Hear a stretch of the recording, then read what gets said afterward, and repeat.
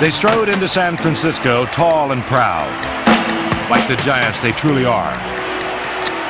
And even after Joe Montana had opened the game with 2 quick touchdowns, they refused to believe that they could be cut down in size.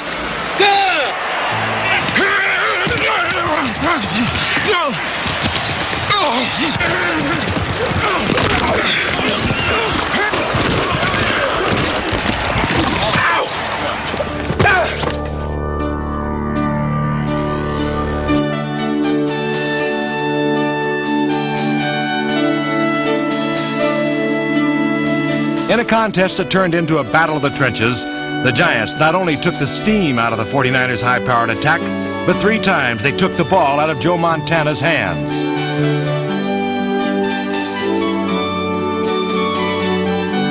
Harry Carson's inspiring interception and subsequent score touched off a team-wide belief that this was not just a game they were simply proud to partake in. This was a game they could win.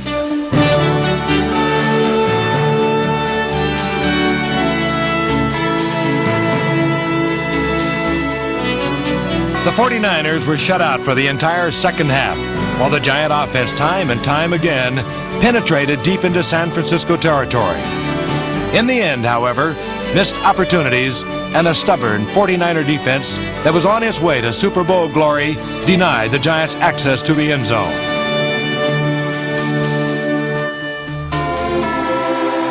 The 49ers went on to reclaim the NFL championship.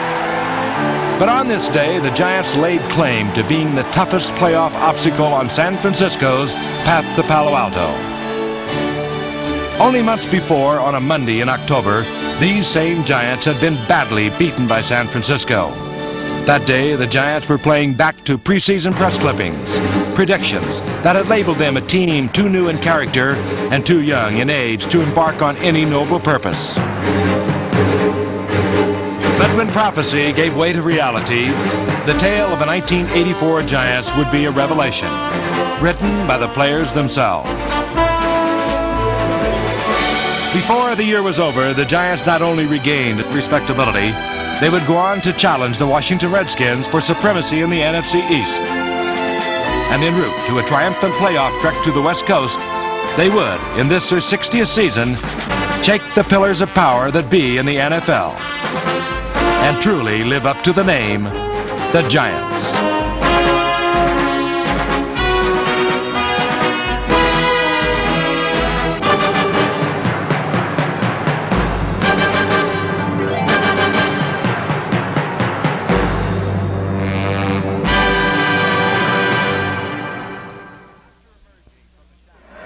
After emerging from the shadows of a disappointing debut season, Giant head coach Bill Parcells set out to light a competitive fire under his team in 1984. He did so by surrounding himself with 22 first or second year players. Such roster upheavals often promise unpredictability, but in this case, unpredictability and youth served the Giants well in 1984. Now carrying for the 10-yard line. He gets away from him and rolls into the end zone. Touchdown. Giants. The Giants. The ball. The Giants have it. It's a live ball. What happened? And the Giants got in the end zone. Throw into the right skinny to get away from pressure. Fires. Intercepted. Deflected and intercepted by Curry. The new-look Giants literally turned over a new leaf. Displaying a veteran savvy that belied their age, in 1 year they dramatically improved their takeaway ratio from a -22 to a +8, the NFC's third best mark. They're after him. They got him. Free ball. Giants might have it. Sack. He's sacked. Free ball to 20. Go. He's going to keep on going. He's going to go all the way. 50. Head to the 30. He's going to get a touchdown if that's a live ball. While Giant defenders were skillfully pilfering their opponents, a spirited set of first and second year receivers on offense were proving to be an equally larcenous lot. Sims with a drop back behind the 20. Good protection. Over the middle. Tip. He almost intercepted. No, the Giants had the ball. The catch by Moe, and he took it away. He stole it away. Takes the handoff again. He'll pass from the 27. He's throwing long. Looking for Williams. He's got him. He's going in. What a play. Looks right, looks corner in the corner, touchdown, Kyle Emanuel. They were headstrong, soft-handed, and swift. They took the league by storm, and their precocious ability to grasp the intricacies of a pro offense even astonished their field leader. We had some flashes where we looked good in training camp and other times we didn't. And I was pretty skeptical of how the receivers are going to work out with me. I thought, well, maybe 8 games in the year we'll finally get our receivers together or whatever. And it was funny, it seemed like from opening day, we had a big day, and the receivers just, all of a sudden they were doing things right and we were clicking, and it's kind of stayed the way ever since. Opening day 1984 was not just the beginning of a new season. It was a day when the Giants took a quantum leap that sent them soaring into the modern era of space-age football.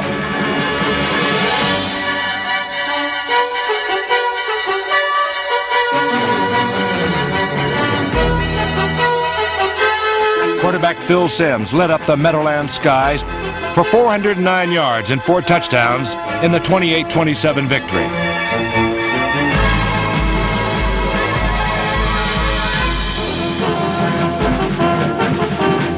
One week later, Simms was still sizzling. He hit on 3 more TD passes, including this 65-yarder to wide receiver Byron Williams, as the Giants ran away from the Cowboys 28-7.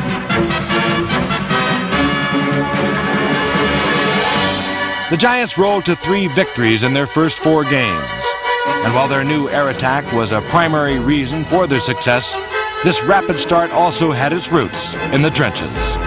With an emphasis on size, a restructuring of the offensive line began when big Kevin Belcher successfully converted to center. The Giants found the right formula by shifting Brad Benson back to tackle and inserting newcomer Chris Godfrey into the starting lineup. Along with impressive rookie tackle Carl Nelson, number 63, and the steady Billiard, number 67, this young forward wall gave Phil Simms the time he needed to become acquainted with rookie receivers like Lionel Manuel and number 88, Bobby Johnson, as well as second-year tight end Zeke Mowat, number 84. The durable free agent from Florida State not only continued to prove he belonged in the NFL, but blossomed into one of the league's premier tight ends. Yet when all was said and done, the lead story of the revitalized Giant offense was authored by a man who had waited long and patiently to write it. After 3 seasons of injury and frustration, Phil Simms showed that he does indeed size up as a giant among NFL quarterbacks. I feel good for Phil because of all of the adversity he's had to face, and every year he'd get here and want to be the number one, and something would happen and he wasn't the number one. There were a lot of doubting Thomases, not necessarily here with the Giants, but affecting the Giants, the fans and such, who figure, well, once you get hurt, he's going to continue to get hurt. And we kept on saying that's not the way he is. They were accidents, that he's not a player prone to being injured. And, of course, he had to fight that in his own mind. He had to go out there and realize he can play the whole game, get a hit on the knee, get a hit on the shoulder, and survive and prove it to himself, because certainly he would have self-doubts himself, but he got over that very quickly. And he hangs in the pocket, and he's not afraid to take the hit. And he'll stay there till his guys are open, and he hits them. I mean, he has all the ability. He's always had the tools. But I think one quality he has is the toughness to hang in there and complete the pass.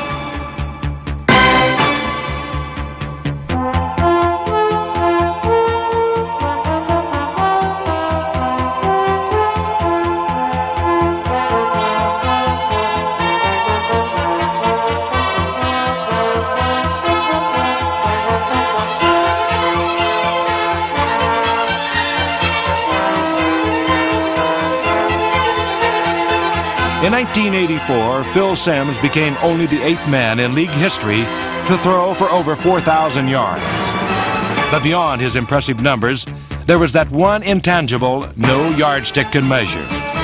In a year where so many new faces were looking for guidance, they found it in the form of a gutsy quarterback named Phil Simms.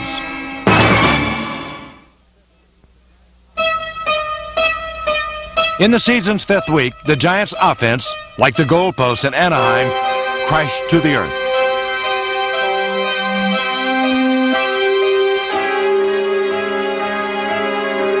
back-to-back losses to the Rams and 49ers threatened to send the Giants down to the basement of the NFC East. It was in Atlanta where the defense came to the rescue as they thundered through Fulton County Stadium with a cavalry charge that resembled Sherman's march to the sea. Like the offense, it was youth that played a part in this resurgent unit as the defense suited up 5 new starters, including rookie linebackers Carl Banks, number 58, and Gary Reasons, number 55.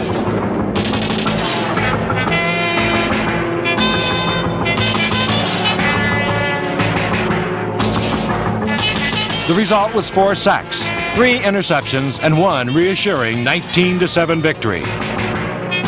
And only the southern chapter of the Giants' fanatical following were more delighted than Coach Bill Parcells. The Falcon game was a turning point for the Giant defense, which regained a large measure of its swarming killer instinct. Their ability to stop the run, strengthened by Curtis McGriff's healthy return in 1984, was shored up by the addition to the starting lineup of number 70, second-year defensive end Leonard Marshall.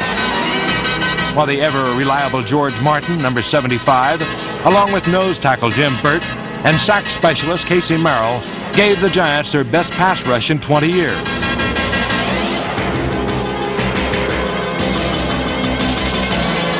The fortunes of the secondary rose with the continuing development of safety Terry Kennard, whose knack for keeping his head about him in key situations spread contagiously to rookie cornerback Perry Williams, number 23.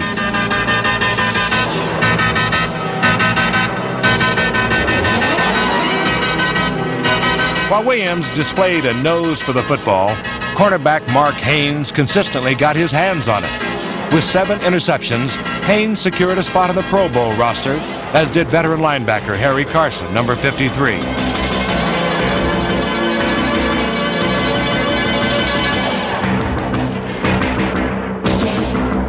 In his 9th NFL season, Harry Carson was living proof of the proverb that states, "To get old is to get better." In 1984, Lawrence Taylor took that adage one step further, proving that even a living legend can never stop adding to his long list of laurels. Statistically, LT enjoyed his most productive year as he continued to wreak havoc around the league with an extra-sensory style that stresses intuition rather than instruction.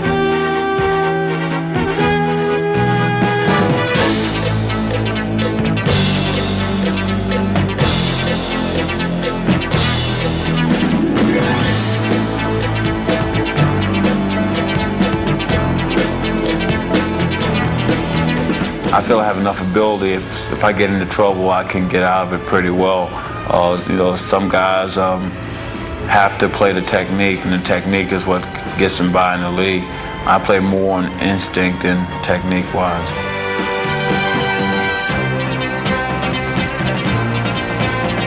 He has amazing instincts. A lot of times a play will come up and I'll ask him about it. Why did he do something? And he doesn't really even know exactly or can't explain exactly why he does it, but it was something that he saw and in a split second made an instant judgment that he could make the play or beat the blocker or get wherever he had to go. And he has the ability, obviously, to carry through on that. He enjoys the physical part of it.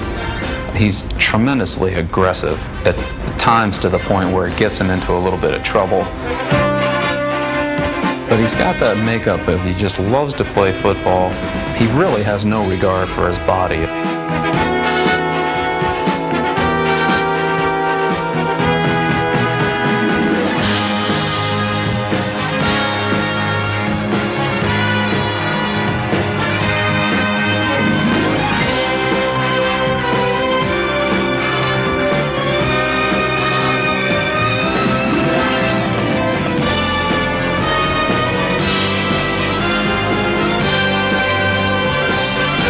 Lawrence Taylor, a man whose predatorial powers have an almost mythological vein, making him the once and future king of NFL defenders.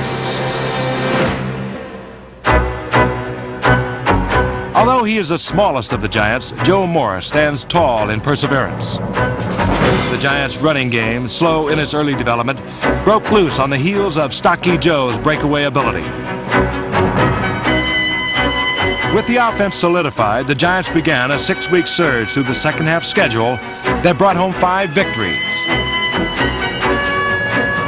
Stout-hearted Joe was a catalyst behind the Giants' 37-13 pounding of the Redskins as he raced his way into the end zone and into the record book. Down in Dallas a week later, it was the Giants who eventually cut the home team at its knees, convincingly crushing the Cowboys to sweep the season series. Against the up-and-coming Cardinals, a gritty goal line stand set the stage for a dramatic second-half comeback, highlighted by Lionel Manuel's clutch touchdown reception.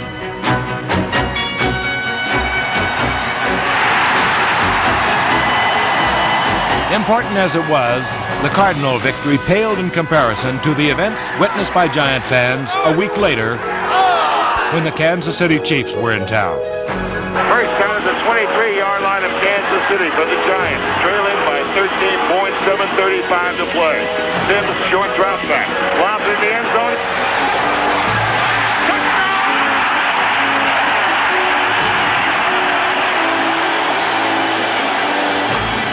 In a furious fourth-quarter rally that evoked fond memories of Giants of old named Tittle and Connerly, Phil Simms did indeed come of age. Equally resolute was tight end Zeke Mowatt, who in his finest day as a pro dazzled the Meadowlands gathering with his last-minute heroics. 2 minutes and 50 seconds on the clock. Play action fake. Sims back to fire. Fires. Touchdown! Mowat! The 7th catch for Mowat. Puts him over 139 yards.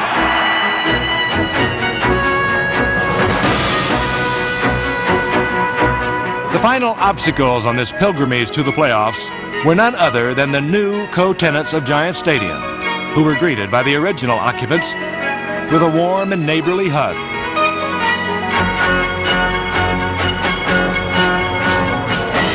With number 30, Tony Galbraith, capably filling the shoes of the injured Rob Carpenter with some toe-tapping moves of his own, the Giants displayed their best balanced attack of the season.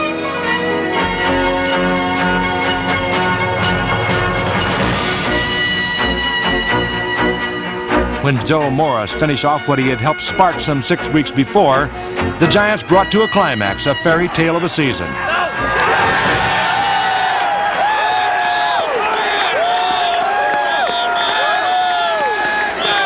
The turnaround complete, Bill Parcells and his team were on their way to the playoffs. By coming so far in so short of a time, these young Giants had touched the hearts of their ever-faithful following.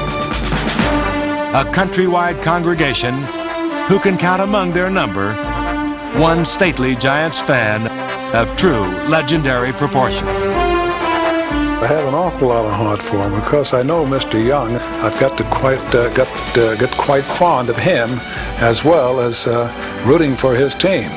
I've had the occasion to play golf with Mr. Taylor, the linebacker, so you know you get to talking to these fellas and you get to a point where you start to root for them. I'd like to see New York get in there knocking on the door. I guarantee you wherever they go, and I'm close by, I'm going to go watch that team. In a twist of irony, the NFC wildcard playoff brought the Giants face-to-face with the same team that soundly beat them in September. The haunting specter of Eric Dickerson made the Giants' strategy, simple to diagram, difficult to deliver. Stopping the NFL's all-time single-season rushing leader and beating the Rams at their own game of ball control was the formidable task at hand.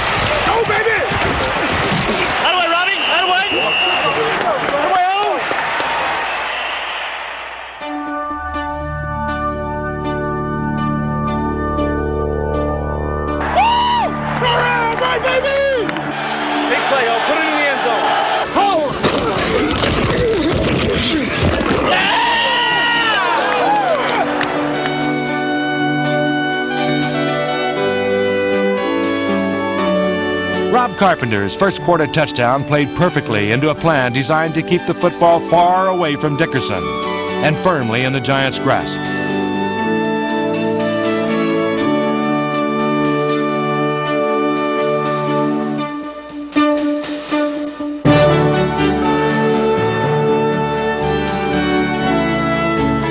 On this day, the youthful Giant receivers glowed with a maturity wise beyond their years. And when the Rams came perilously close to tying the contest, they fell mightily beneath a defense that towered all afternoon.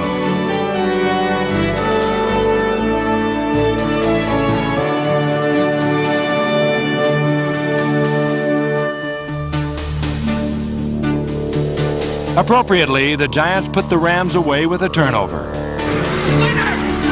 And somewhere, back in the players' minds, those preseason prophecies of a last-place finish in their own division rang loudly.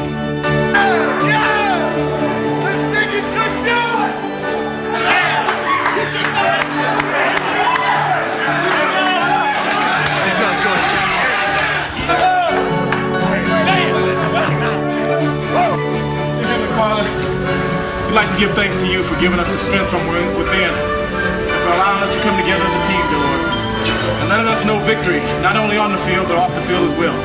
Thank you for these men of strength, the men that really live up to the name, Giants.